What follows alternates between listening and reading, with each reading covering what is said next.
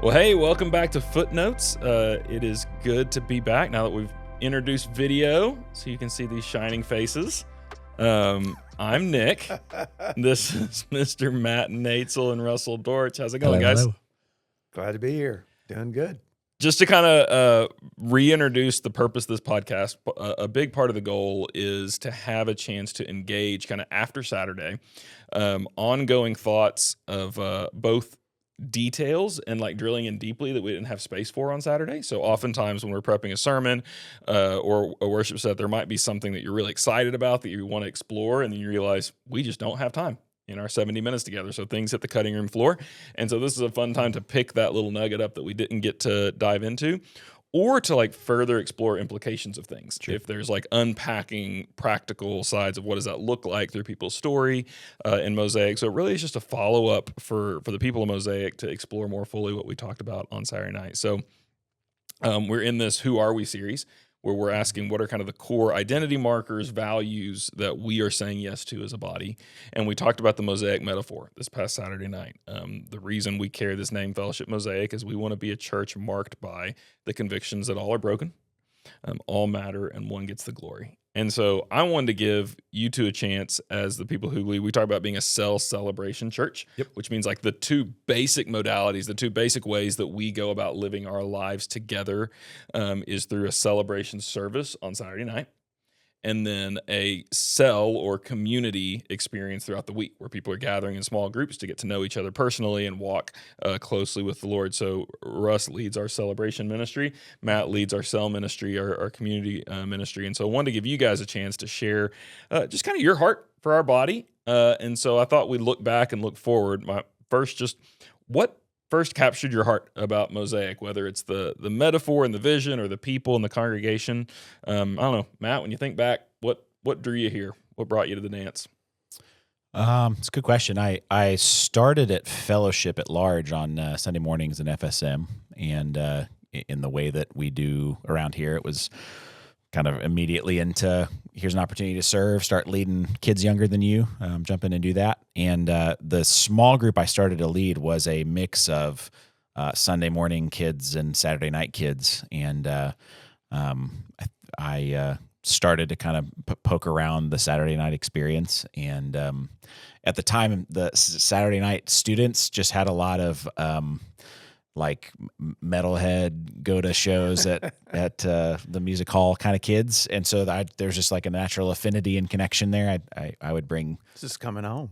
students from there to shows on Saturday nights or Friday nights or whatever when church was not happening, and so there was just kind of a culture that I was excited about. It was getting pulled in under Jarrett, and you know that he's a relational tornado. So, but then the opportunity after marriage came to like choose where do we want to belong. We had kind of floated through college, to some various places and said, we just need to go back to this experience here. And so landed on Saturdays, I think before even the Mosaic name change. But I've always been, since the change, I've been really compelled by, I think the all or broken piece, fits well the Saturday night culture of like where we're sandwiched on a weekend. We're between the Friday night CR. If you're already comfortable going to church at nighttime to talk about brokenness, like come on, you're welcome. And Sunday morning, people choosing to show up and worship and be faithful there. And so it's a weird mix of folks on a Saturday night. And then the deep value of every person.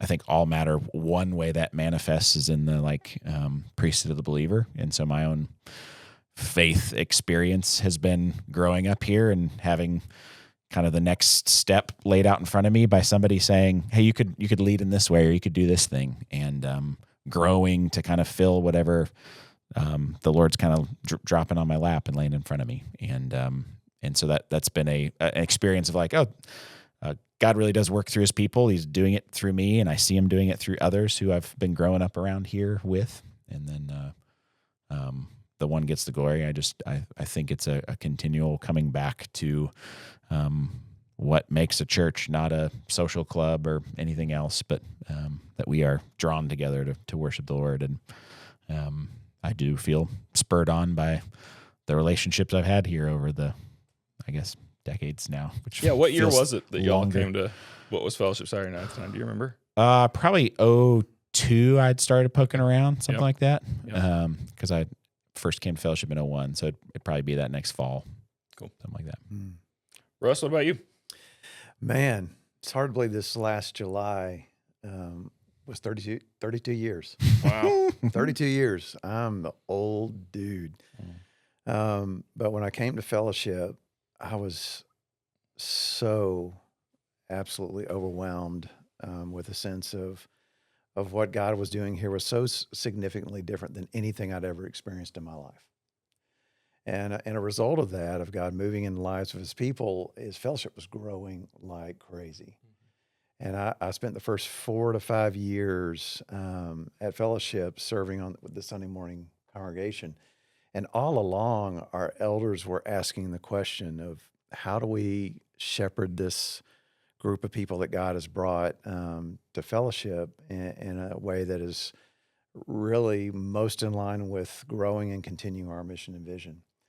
And so as a result of that, there was a lot of things that were talked about, but what transacted is that they started this idea of a Saturday night expression of fellowship that would both help provide us a place for more people to experience what God was doing here at Fellowship, that idea of producing and releasing leaders that genuinely express Christ in a way where they're growing and knowing him and expressing him. And so Saturday night was where they felt led to go. And so in 1998, they began that expression. And it was very similar to a Sunday morning service. They were very, very similar. And it wasn't a congregation at that time. But through the course of that year, the elders really not only desiring to meet the needs of the folks that were coming, but they really had a heart to say Saturday night needs to be a place that we can reach even more people, new people, that maybe the Sunday morning expression isn't going to, they're not going to find their place there. And so a year later, they actually turned Mosaic into a full-fledged congregation that was truly a full celebration, family ministry, expression of fellowship, and that's actually when I came on board, and I became the worship leader, and Chip Jackson was the directional leader, and a guy named Jim Hall was our small groups guy. And one of the things that so characterized that time is God brought such a unique work to that Saturday night expression of fellowship. We found that so many people were coming that indeed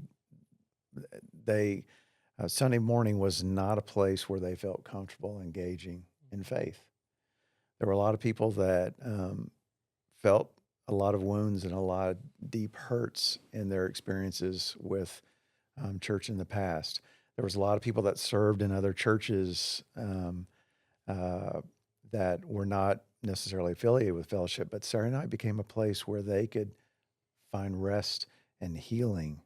And it was such a neat experience where it was more casual, it's more relaxed, but we really found God doing a unique healing work in those early days. Yeah, we even had a term that we had to coin to describe that phenomenon. We called it church toast. People who got burned, and there was a real invitation for if you feel burned by the church, you can come be here. And even though we want, there's like this dance that we're always doing. If we really want people to feel connected and engaged and pursued, and at the same time, we would always say, and if you need to not be pursued for a minute, like if you need to just come and sit for a little while, you're welcome to do that too. And so it's okay if the idea of church itself feels threatening, come and just sit and soak, and that's really welcome here.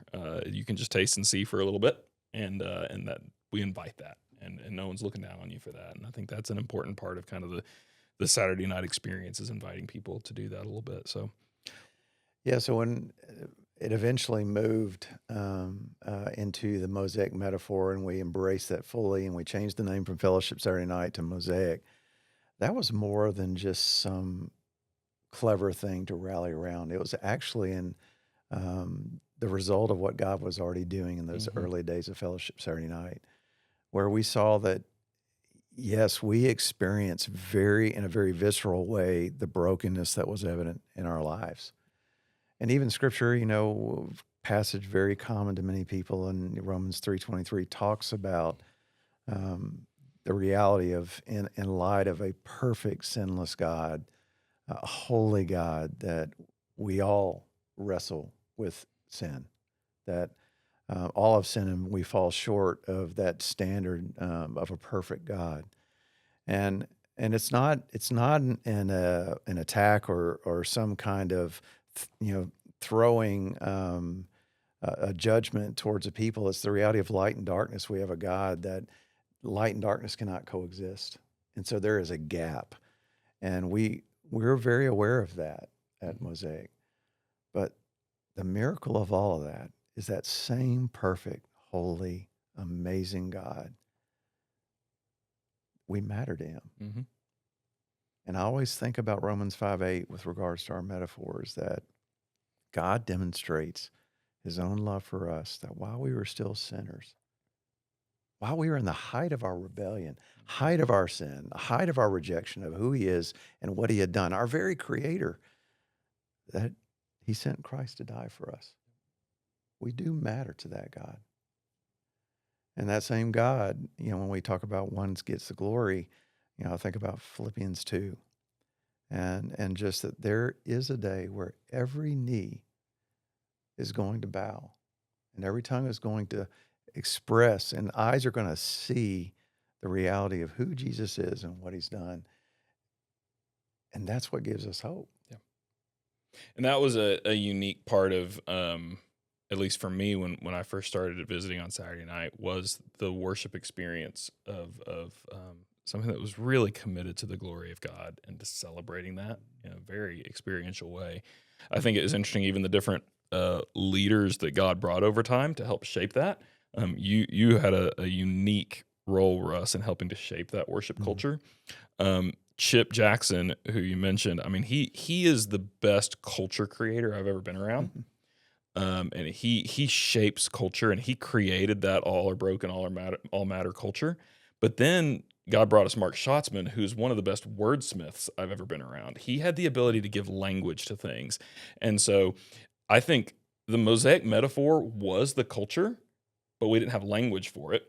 Yeah. And Mark brought the language. Mark was the one who was able to really beautifully craft and describe a vision for church being this Mosaic metaphor. So Mark brought that language, that when he brought that language, that didn't really feel like bringing something new to Mosaic. When he pitched that language, Chip was like, yes, that's who we are. And so God really used Mark to bring language in a powerful way that was really special. So we've been blessed by some leaders that have helped shape the culture around here. So, hey, looking forward to this fall. We are doing kind of a fall launch as people, we talked about this school year rhythm, that whether or not you have kids in school, our culture experiences summer, people scatter.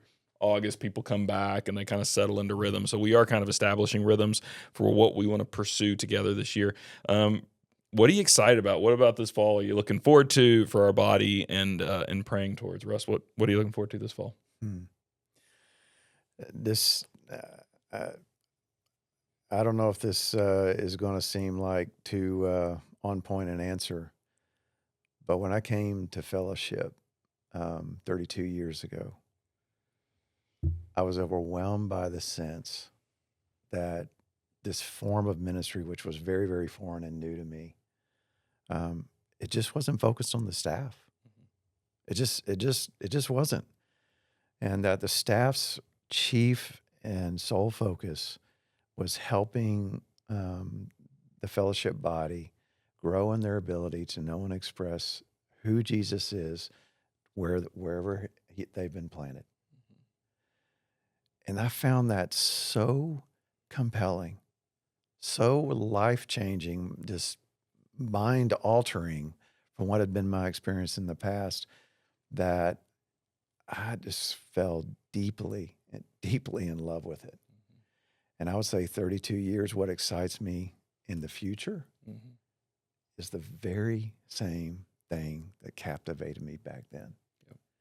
Is the idea that as a Mosaic family, we would grow both in our experience of loving one another, supporting one another, moving together as a family of God, and celebrating together, grieving together, taking advantage of opportunities together. That not only would we do that, but we genuinely together would know and express the authentic Christ in Northwest Arkansas and the world, wherever God has planted us.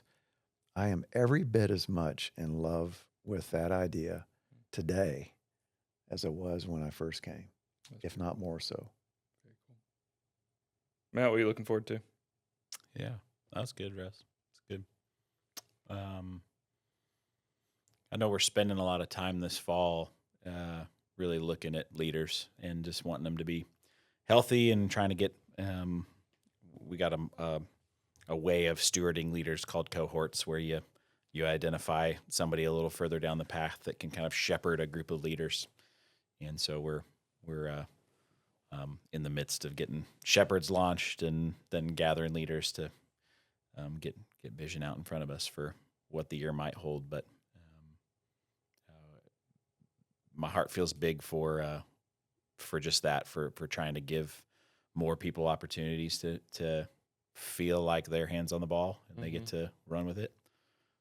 And I know as a big organization, Fellowship is in the process of looking at some big plants, and I don't know what role our congregants and our team will have with those, but I do know that we need leaders that have a vision. And so if raising up leaders means that they're landing in new things or they are setting up shop at Mosaic for the long haul, either way, I'm excited to see who sprouts. There's a lot of people that have been growing for a long time, and there's each year kind of people that surprise me and step in for the first time and are thrilled and kind of exhilarated by the experience of leading other people. And so just looking forward to that process again, another year.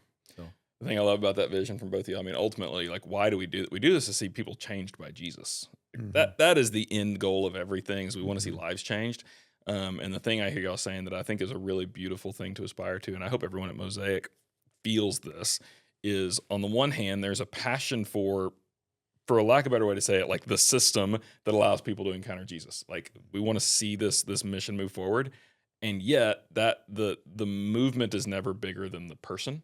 And so we always want to care for the people who are a part of the movement, that they remain healthy. They're never used, but actually it's not that we want to use people up to accomplish some mission, but actually the people are the mission. And so as we're trying to help this church grow together to become more like Jesus, that we want the people who are involved in doing that to be healthy and to always feel seen. And that's what we always strive for. So I'm really grateful for y'all. You're an awesome team of people to do life with and ministry with, and I'm grateful to serve with you. And I'm really excited to see how the Lord's going to help us to become more like Jesus together this fall for the good of the world. So thanks for listening to Footnotes, and we will see you Saturday.